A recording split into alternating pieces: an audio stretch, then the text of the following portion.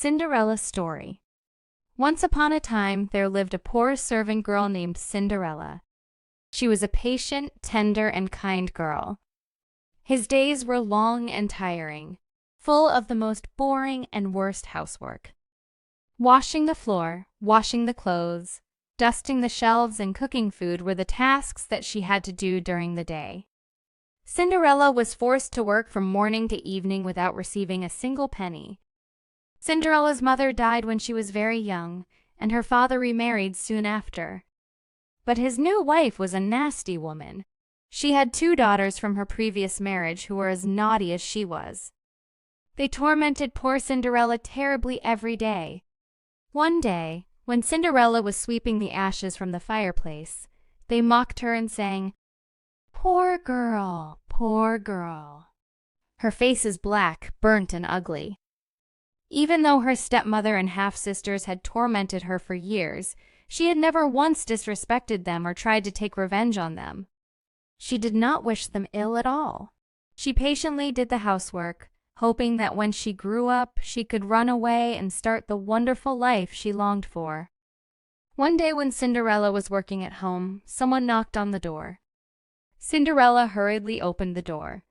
Behind the door stood a short, fat man dressed in royal robes and holding an important scroll. The old man opened the scroll and began to read. "It is my duty to announce that the king has sent an official invitation to all the young ladies of this land to attend the important royal celebration in the palace." Hearing this, Cinderella's stepsisters pushed her to a corner and stood in front of the fat man. The man continued to read, "His Highness the Crown Prince is looking for a suitable lady for marriage. He wants to meet all the girls of this land to find true love. Please come to the palace on Saturday at 8 p.m. The little man turned, mounted his horse, and galloped off. 2 knights also followed him closely. The half-sisters closed the door and gave a loud shout of joy. Cinderella's stepmother entered the room. She said impatiently, "What is the reason for all this happiness?" "Oh, Mom, we've been invited to the royal party, and I'm sure one of us will be chosen as the new princes." The stepmother replied with a mocking smile, "Of course you do! What prince wouldn't want to marry my sweet and precious children?" Cinderella was desperately trying to quiet them down a bit, because she knew in her heart that any prince would rather live alone for the rest of his life than to blacken his fortune by marrying these rude girls. The stepmother turned to Cinderella and shouted, "Why did you stop and look? Prepare the clothes." Cinderella nodded and said, "Yes, Mom."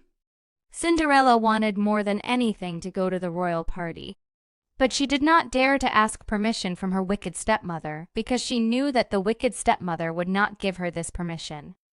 So she busied herself with housework and, of course, preparing her half-sisters' dresses. The evening of the royal feast arrived. A magnificent horse-drawn carriage pulled up to the front door of the house, and the half-sisters, dressed in their hand-embroidered dresses, entered the carriage with much pomp and show. Cinderella looked at them with great sadness and sighed deeply. She said to herself, "If I could only have one wish for the rest of my life, it would be to attend a royal party and get away from the dreaded and boring housework for just one night." Suddenly, a great light appeared in the sky. A small fairy appeared in front of Cinderella, holding a small wand. Fairy said happily, "Your wish will come true." Cinderella asked in surprise, "What?"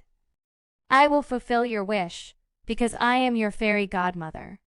"Oh, how much you have suffered in silence all these years. You have a kind soul." "A kind and patient young lady," Cinderella exclaimed happily. "Oh, I can't believe it." But suddenly a frown appeared on her face. "But I'm not ready, fairy godmother. My clothes are cotton and my shoes are torn. I can't be in the palace like this." Fairy godmother said with a smile, "Don't worry, Cinderella. All I need to make your wish come true is a pumpkin, a rat, 2 mice, and 4 grasshoppers." Cinderella looked very confused. "So hurry up, dear. Hurry up." Cinderella ran and prepared everything that the fairy godmother said. First, Cinderella went to the garden and came back with a big and ripe pumpkin. The fairy godmother tapped it once with her wand, and in an instant the pumpkin turned into a magnificent golden carriage. Then Cinderella returned a mouse from the mousetrap in the kitchen. Fairy godmother said, "Great dear, now if you don't mind putting them on the carriage seat for me." Cinderella quickly did this.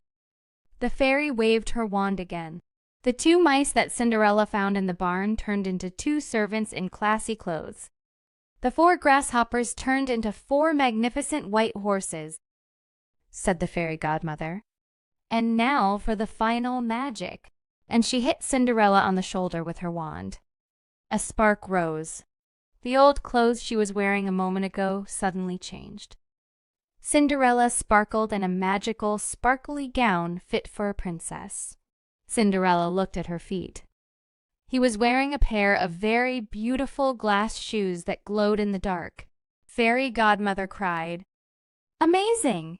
But remember that at 12 o'clock at night, this magic spell will be broken and your clothes will turn into old clothes," Cinderella said as she kissed her fairy godmother on the cheek. "I understand. And thank you very much for the great favor you have done to me, fairy godmother." Cinderella entered the carriage and drove to the royal party. As the golden carriage passed through the palace gates, trumpets sounded and Cinderella was given a royal welcome. All the ladies were amazed at her magnificence. As she entered the ballroom, the prince was immediately struck by Cinderella's elegance and the warmth of her smile. The prince approached. He bowed his head slowly and extended his hand and said, "Mom, would you do me the honor to dance with you?" Cinderella said with dignity and kindness, "Sure, I will be so happy." The orchestra started playing. Everyone in the ballroom was staring at them. Cinderella's stepsisters were watching this scene, but Cinderella had changed so much that they didn't recognize her at all. Instead, they stared at Cinderella with envy. From that moment on, the prince only had eyes for Cinderella. They danced the whole night in each other's arms and enjoyed each other's company. Many hours left. 9 p.m. 10 p.m. 11 p.m. Suddenly, Cinderella looked at the clock. It was 1 minute to midnight and he only had 1 minute to break the spell. He told the prince, "I must go." Without delay, she left the room, past the guards, and passed through the palace. But when she got to the hall, she lost one of her blue shoes. But it was too late that she did not return to pick it up. Alas! The midnight alarm rang. Cinderella did not see any servants outside the palace. Only one pumpkin was not seen in the courtyard of the palace. Even mice, voles, and grasshoppers were not seen. And Cinderella, whose clothes were now the same old ones, had no choice but to run home in the darkness of the night. A few days passed. Cinderella was doing her daily routine, and her half-sisters teased her as always. Everything was back to normal. The memory of the royal party faded into Cinderella's mind like a magical dream. Did the pumpkin really turn into a golden carriage? And the mouse to a carriage? Had she really danced the night away with the prince? She had doubts little by little. Suddenly there was a sound at the door. Cinderella calmly opened the door. In front of him stood the same little man. He said triumphantly, "His Excellency the Prince is present." The trumpet sounded. The prince got out of the carriage while holding a blue shoe. Cinderella's eyes widened, and she thought to herself, "So I wasn't dreaming." Suddenly, the prince's eyes fell on Cinderella for a moment. A second was enough for him to recognize Cinderella. Suddenly, there was a sound of running, and the stepsisters rushed to the door and threw Cinderella aside. The little man continued, "His Majesty is visiting every house in the land to find the true owner of this glass shoe. If the shoe is the size of any girl's foot, the prince will propose to her." The sisters shouted out of excitement. This shoe is not suitable, but he didn't want to tell them, so he gave them a chance to try the shoe. The first sister's foot was so big that half of it was forced to fit in the shoe. The younger sister had more luck. He was able to fit his foot in the shoe by force, but his feet became swollen and red. Then it was Cinderella's turn. The prince stepped forward with a knowing look, knelt down and carefully placed the glass slipper on Cinderella's feet. The prince smiled and said, "Perfect size. There is no doubt that you, Cinderella, are my true love. I couldn't stop thinking about you. Will you honor me and marry me?" Cinderella looked at her clothes and then said to the prince, "I am only a poor servant." The prince replied, "You are a princess in my eyes. Our love is more valuable than all the treasures of the world." Cinderella happily accepted the prince's proposal, and soon after they were married.